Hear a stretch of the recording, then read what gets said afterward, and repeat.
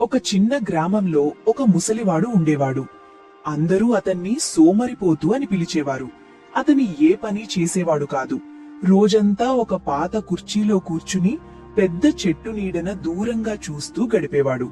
అతనెప్పుడూ తన ప్రణాళికల గురించి చాలా గొప్పగా మాట్లాడేవాడు.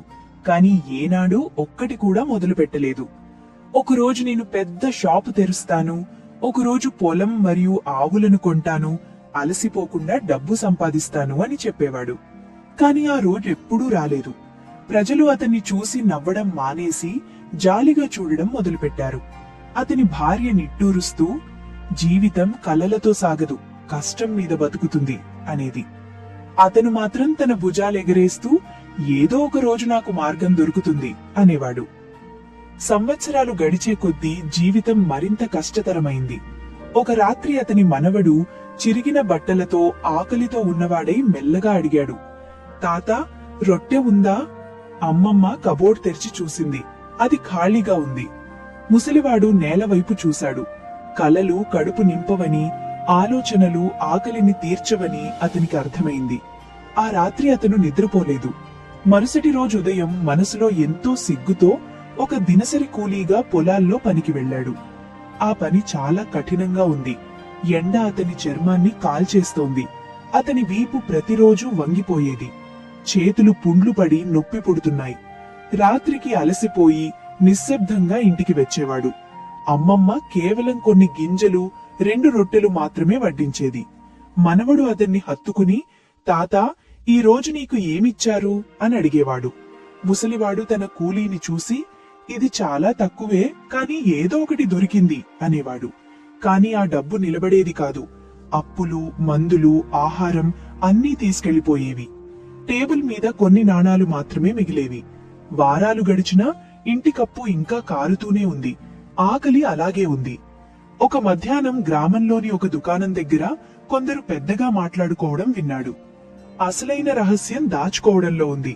డబ్బు దాచుకుంటేనే మీరు సురక్షితంగా ఉంటారు అని వారు చెప్పుకుంటున్నారు. ఆ మాటలు అతని తలలో ఉండిపోయాయి. ఆ రాత్రి అతను ఒక పెద్ద గాజు సీసాను వెతికి మంచం కింద దాచాడు. ప్రతి వారం అవసరమైనవి కొన్న తరువాత మిగిలిన నాణాలను అందులో వేసేవాడు. ఆ శబ్దం విన్నప్పుడు అతను చిరునవ్వు నవ్వాడు. అది ఒక ఆశలా అనిపించింది. ఒకరోజు మనవడు ఆ సీసాను చూసి, ఇదేమిటి తాత అని అడిగాడు. ఇదే మన రేపటి జీవితం అని ముసలివాడు గర్వంగా చెప్పాడు. కాని డబ్బు దాచడం చాలా కష్టమైంది. తన పాత చెప్పులు తెగిపోయినా అతను కొత్తవి కొనలేదు. ఆహారం చాలా తక్కువైంది. ఒకరోజు అమ్మమ్మ మౌనం వీడి, మనం ఆకలితో అలమటిస్తుంటే ఈ దాచుకోవడం వల్ల ఉపయోగమేమిటి అని అడిగింది. అతను తల ఎత్తకుండా, ఏదో ఒక రోజు నీకు అర్థమవుతుంది అన్నాడు. నెలలు గడిచాయి. సీసా నిండిపోయింది. ఆ ముసలివాడికి అది ఒక భద్రతలా అనిపించింది. ఒక ఉదయం వాళ్లు మార్కెట్కు వెళ్లారు.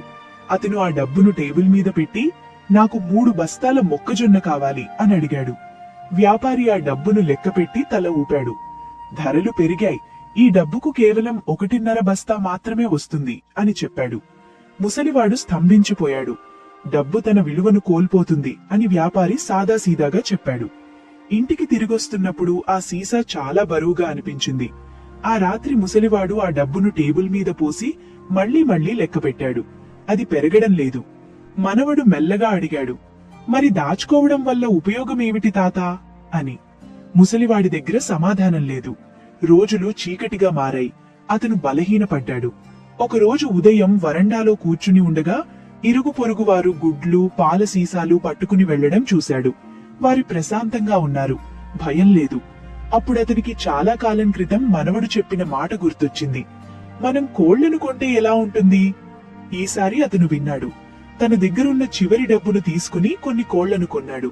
వాటిని వదిలినప్పుడు మనవడు నవ్వుతూ వాటి వెనక పరిగెత్తాడు. ఇప్పుడు మన దగ్గర ఒక గుడ్ల ఫ్యాక్టరీ ఉంది అన్నాడు.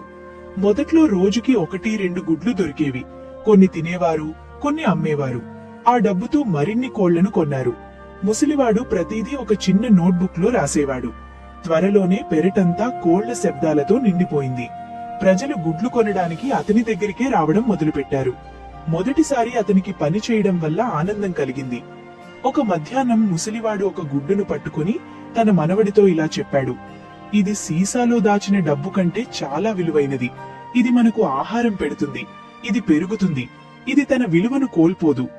ఎవరైనా డబ్బు దాచుకోవడం గురించి మాట్లాడితే అతను తన కోళ్లను చూపిస్తూ ఇలా చెప్పేవాడు: డబ్బును దాచుకోవడం అంటే చేతుల్లో నీళ్లను పట్టుకోవడం లాంటిది. అది ఎప్పుడూ జారిపోతూనే ఉంటుంది. ఆ డబ్బుతో పని చేయించండి. చిన్నగా మొదలుపెట్టినా సరే దానిని వృద్ధి చేయండి. అలా ఒకప్పుడు సోమరిపోతు అని పిలువబడిన వ్యక్తి తన జీవితంలోనే గొప్ప సత్యాన్ని నేర్చుకున్నాడు. డబ్బును ఎప్పుడూ దాచుకోకండి, దానిని